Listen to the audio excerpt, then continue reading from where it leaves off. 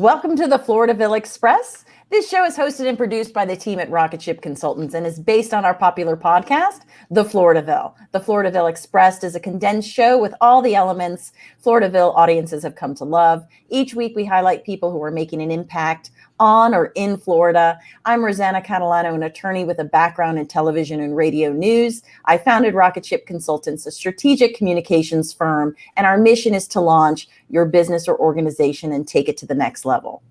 And hi, I'm Jean Curtin. I'm an attorney, certified circuit court mediator, and I'm the business partnerships director for Rocket Ship Consultants. Our guest tonight, we're very excited to have him, is Pepper Uchino, the president of Florida Shore and Beach Preservation Association. He has worked in politics for nearly 2 decades. Pepper, welcome to the show. We're happy to have you. Thank you so much. I'm so happy to be here. Well, thank you. And tell us about your association, the Florida Shore and Beach Preservation Association. So we were founded in 1957 by a number of local governments that realized that we had an issue with erosion. Back then, it was really mainly about getting people on the beach to use it and whatnot. Florida was a destination, obviously, Sunshine State. So they had the forethought to kind of form this organization back then in 1957. We hold ourselves out as a league of local governments. And most of our members are local governments. We do have a significant private sector group, but so we've been plodding along, and our main focus has been to ensure the health and accessibility of Florida's beaches. So what are the short and long-term threats to beaches? So that's a really good question. Short term, well, let me start long term and work my way backwards. The long-term threat for beaches is certainly climate change. There's no question that the seas are rising. We have gauges all around the state that go back some into around the turn of the century that significantly show a rise. The oldest operating one is in Key West. And so we see the seas are rising, and we see actually the acceleration of that rise with Florida being such a low-lying state. There's no doubt that our beaches are going to experience increased erosive events because the sea level is up. Not only that, but because of the warming oceans during storm season, we can see longer, more intense storms, more severe storms, more frequent storms. All of these things have major impacts on the beaches. For the midterm, something that people probably don't think too much about, but those that are in my world definitely know, is that sources of sand, they're becoming more difficult to find for the proper type of sand. You can't just put any sand on the beach. It's got to match the existing profile and grain size and organic matter and all that stuff, because a lot of what we do is sand for nesting birds and sea turtles and things like that. So the compaction rates, everything, it's very, very technical. And we're running out of sand sources, or let me repeat. We are running out of cheap sand sources right now. Sources that we've been using for decades for, typically, which are the offshore sand mines that you might see if you've ever seen a beach nourishment. There's a big dredge out there, and they kind of dredge up an area offshore, and then they pump it in, and then they have big, commercial industrial equipment that kind of fits the profile of the beach. And we're running out of those sources. Mining in Florida is another great source, but it's more expensive in many cases because it has to be trucked. And also in many cases, the particular quality, quantity, grain size, all those things I mentioned earlier in a mine is not exactly what we need. Now they can custom tailor sand, but as you can imagine, the more tailoring, the more expensive it becomes. Mm-hmm. And the short term, I think really it's a couple different things. Nearshore water pollution is a big threat to beaches. I know people tend not to think about that, but if you think about the red tide and the blue-green algae events we've had over the last 10 or so years, with a pretty nasty one not too long ago, that can have a major effect on tourism. It can have a major effect on the animal populations there on the beach. And of course, our coral reefs. We're having a massive issue along the southeast reef, along the southeast coast, with coral reef die-off. So, those are some of the pretty immediate threats to beaches, and we have to plan for the now and for the then. So, that's part of what our association does. Apart from the tourism aspect, what are other benefits of healthy beaches? That's another good question. So, as I mentioned, Florida serves as a host of environmental natural habitat for endangered and threatened species. Many sea turtles nest along both coasts and the Panhandle. We have nesting birds that come along there. So the natural habitat is one just amazing function of natural beaches. And then of course with dune restoration, the beaches have, well, let me repeat this or restate this. The state has had a long-standing policy to address erosion with nourishment. That has been the long-standing state policy, is that to address erosion, we do nourishment. At the very last resort, we do hardening, revetments, seawalls, those kind of things. But the overriding policy of the state for decades has been nourishment. In so much as that, if you ever see a beach after a serious erosive event, like from a storm or from a hurricane or something like that, you can see the scouring and the sand cliffs kind of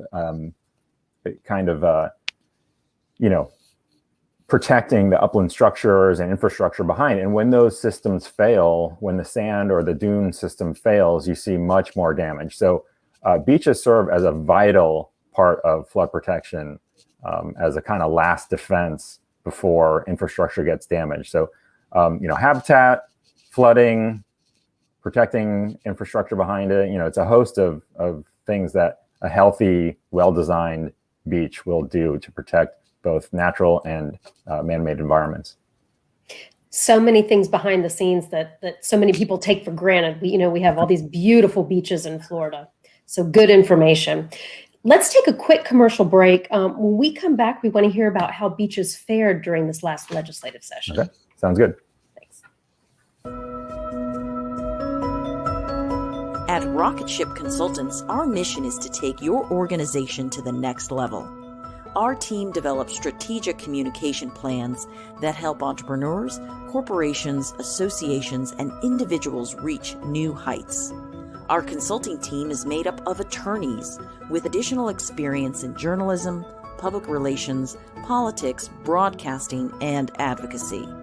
Let us help you take that dream you have for a podcast or video show and make it into a reality. We can create networking opportunities, educational forums, and interactive conferences to spread your message. Let our team provide you with fresh ideas and inspiration. Rocket Ship Consultants offers a variety of services, so check out our website at rocketshipconsultants.com. Take off with Rocket Ship Consultants and launch your organization with us.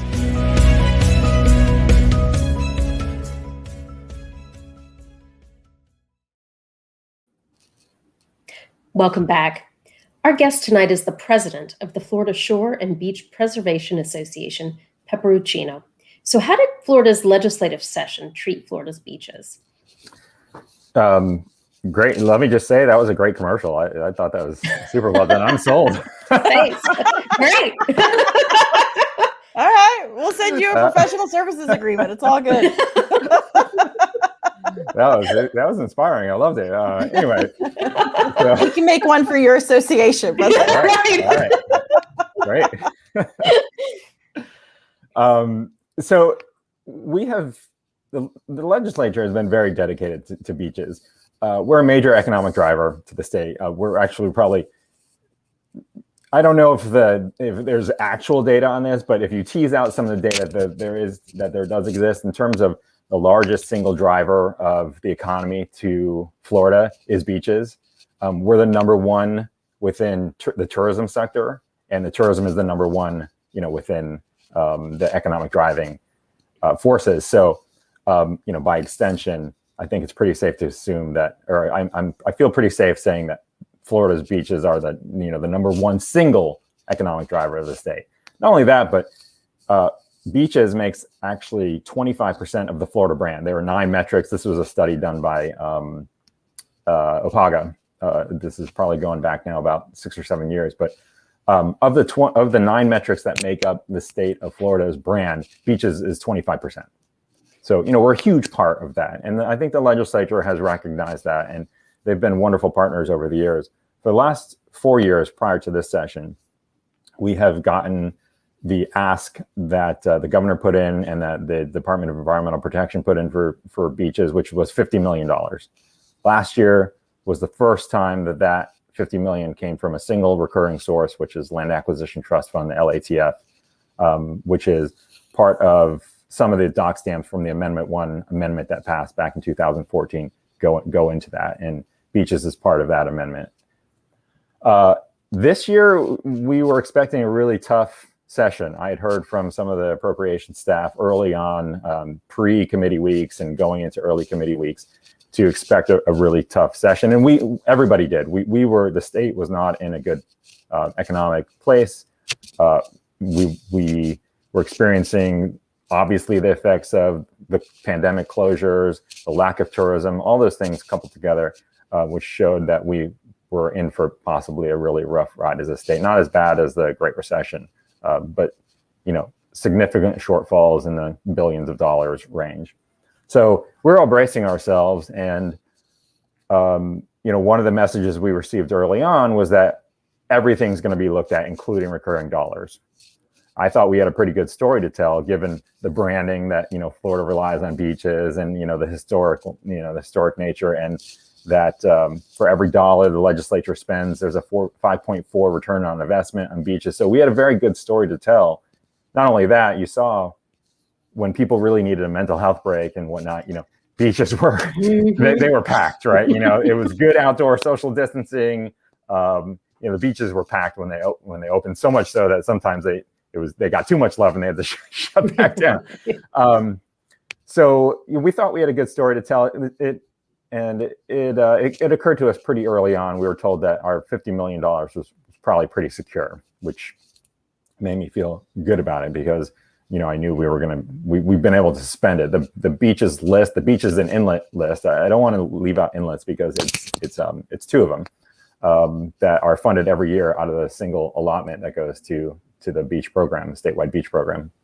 But that list typically is somewhere in the, depending on the storm season, years prior, but it typically is between $65, $80 million, something like that. And so as you can see, if we get $50 million, there's always a shortfall, right? So there's always a ranking.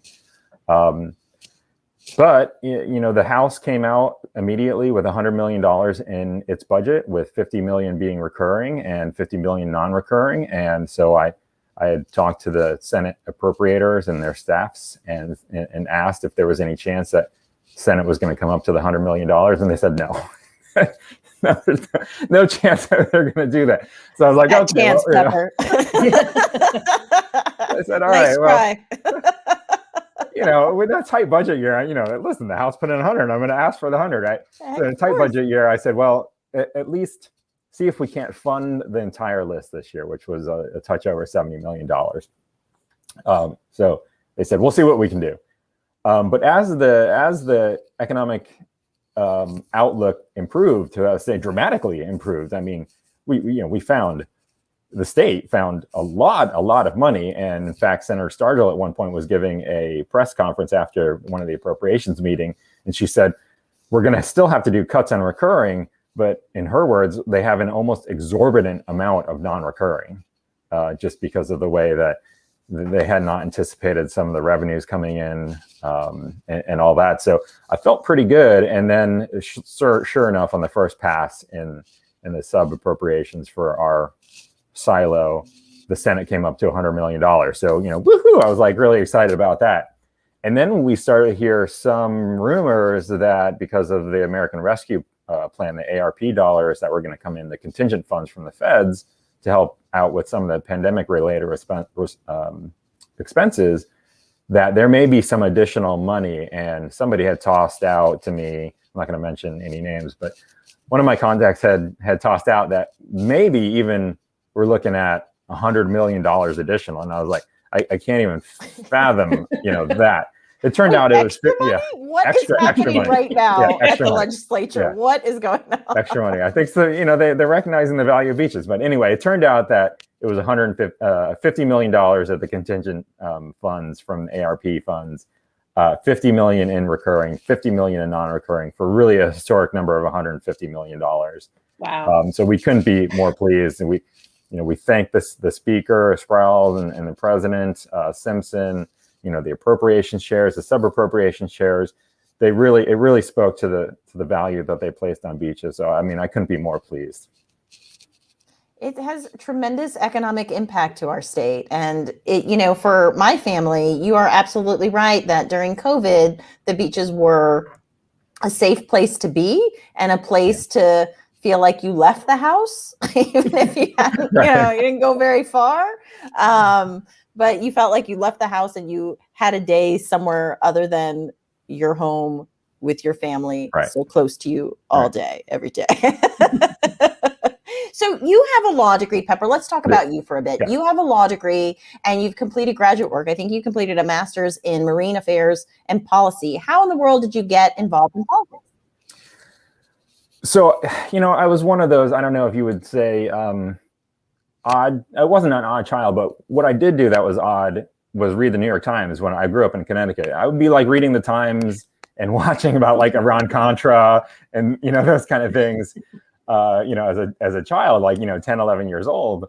So it's been something that I've been interested in. My mom was involved in politics back in Connecticut, like as a liaison with the Sierra Club, for the governor in Connecticut. And so it's something that's kind of, been, I've watched and I've been interested in. So we moved down to Miami when I was 13, and I really got kind of enthralled with Everglades and what was happening with the Everglades. I moved down in 1990.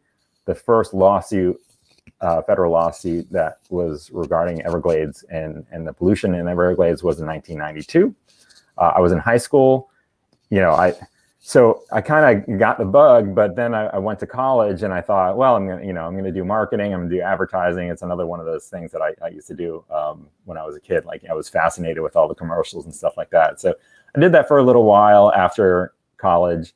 And then it wasn't for me. I was like, this, I appreciate everything that's going on, but like this isn't fitting. It didn't quite fit. And so I thought, well, let me see what I can find. Like what are the things that I really care about in the environment? I kept on coming back to the environment, and especially the Everglades.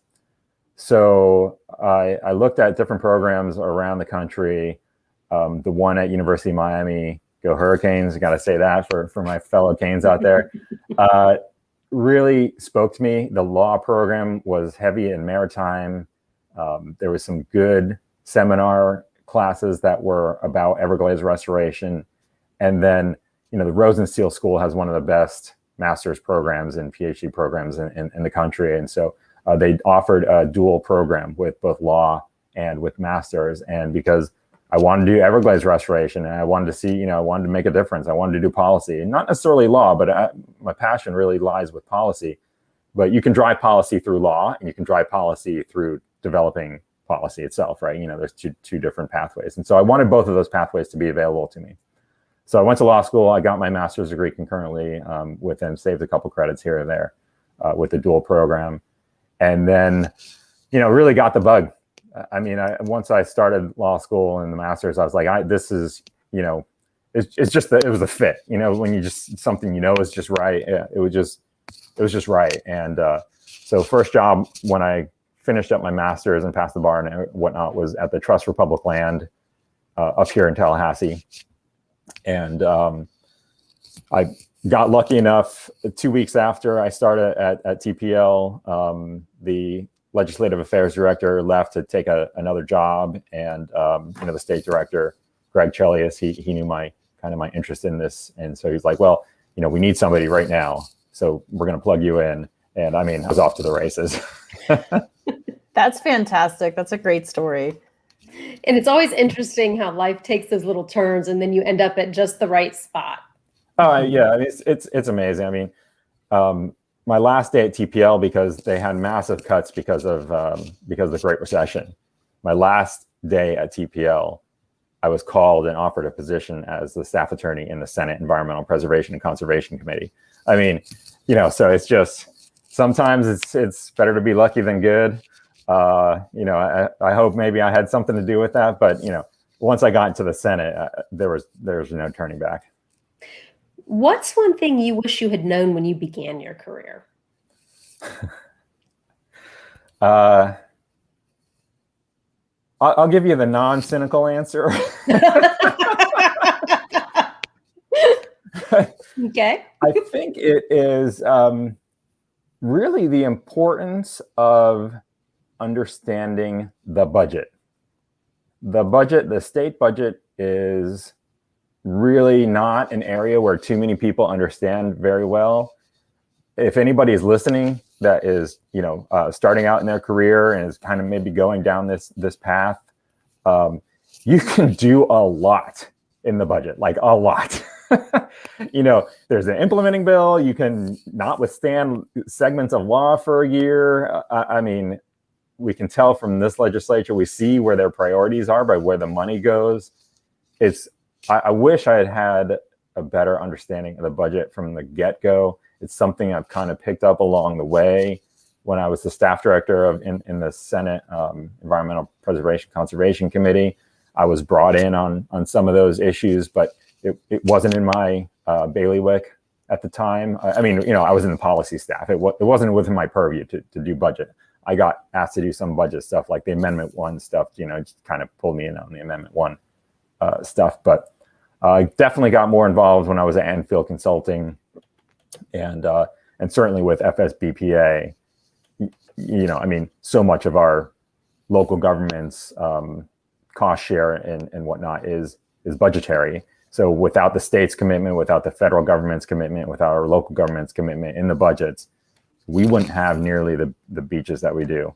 So yeah, budget. I can't stress that enough. If you can understand the budget, you can do a lot. I think that goes for almost every industry. If you understand the purse strings, how they work, who controls them, you will have the power in the industry wherever you are. So I think you're right. Absolutely. For someone watching that wants to get involved in beach preservation, what would your advice be to them? You have quick advice for them?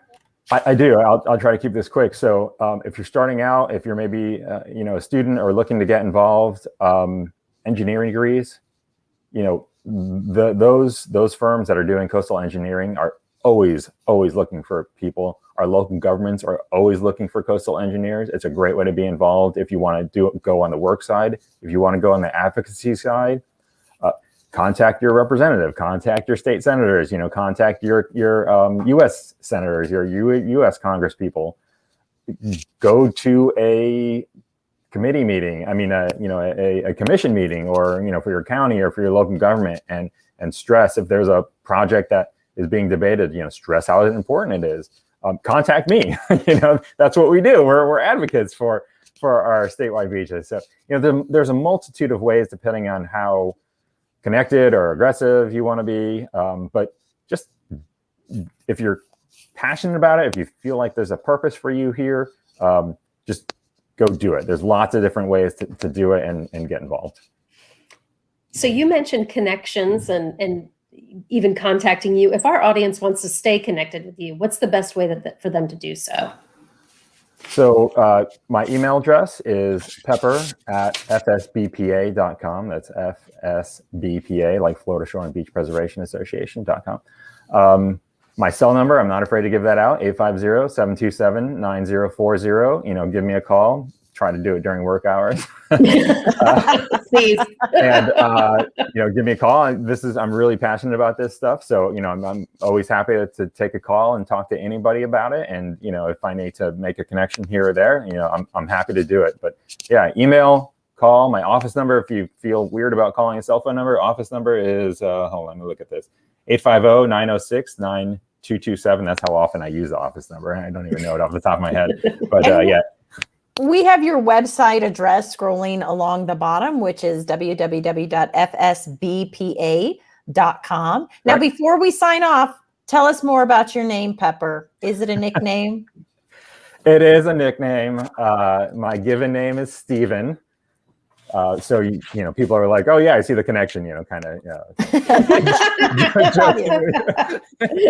natural, right? So it's. I mean, there's not much to it. My sister, who is 6 years older than me, we were on our way to church one day, and we were waiting for my brother to get kind of ready, and my mom to come out, and geez, I forget what it was. It wasn't like a Christmas or Easter, but it was something we had to get a little bit more dressed up for. And like I said, I was 4 years old. I loved dressing myself. And so I dressed myself all in kind of like red and white stripes, you know, kind of like an old fashioned sailor or something like that. And so while we were just passing time, my sister and I were playing just a little game. She was like, well, you know, be this character and I'm going to call you Pepper because you look like a peppermint stick. And that was when I was 4 years old, right? So it just stuck. Like first it was my family that started calling me that. And then my teacher started calling me that. And when I went to law school, I was like, well, you know, maybe Pepper isn't the most professional thing to go by if I want to, you know, kind of do this for a living. So I tried out Steven for maybe 2 weeks when I first started law school. And so my professor would be like, you know, Steven Uchino. And I'd be like, Steven? And I'd be like, oh wait, that's me. Like totally didn't fit. So I was like, no, forget it. You know, I just had to go back to what I know. But that's it. There's no long story to it. But yeah, it's what I go by. I love that. What a great story. Well, thank you so much for joining us, Pepper. This has been wonderful. That wraps up tonight's episode of the Floridaville Express. Be sure to tune in Monday nights at 8 p.m. Eastern to catch our show live. And remember, you can watch previous episodes on the Floridaville Express on your YouTube channel, on our YouTube channel, I should say, and on our Facebook page. And don't forget, if you've been wanting to create a video show or a podcast like this one, we can help you with that. Our company, Rocket Ship Consultants, can strategize with you and help you launch your multimedia shows or events. Also, reach out to us if you're interested in sponsoring this show. Sponsorships create positive long-term brand awareness and keep your organization connected and relevant. We have a variety of sponsorship packages at a surprisingly low cost. So contact us for more information so we can help you focus a spotlight on the trailblazing work that you and your team are doing. Have a wonderful evening, and we'll see you next week. And thanks again, Pepper. This was just a wonderful evening. It was great. Thank you so much, Pepper. Yeah, thank you so much for having me. Go visit our beaches. We have 825 miles, so go see them. That's right. Good idea.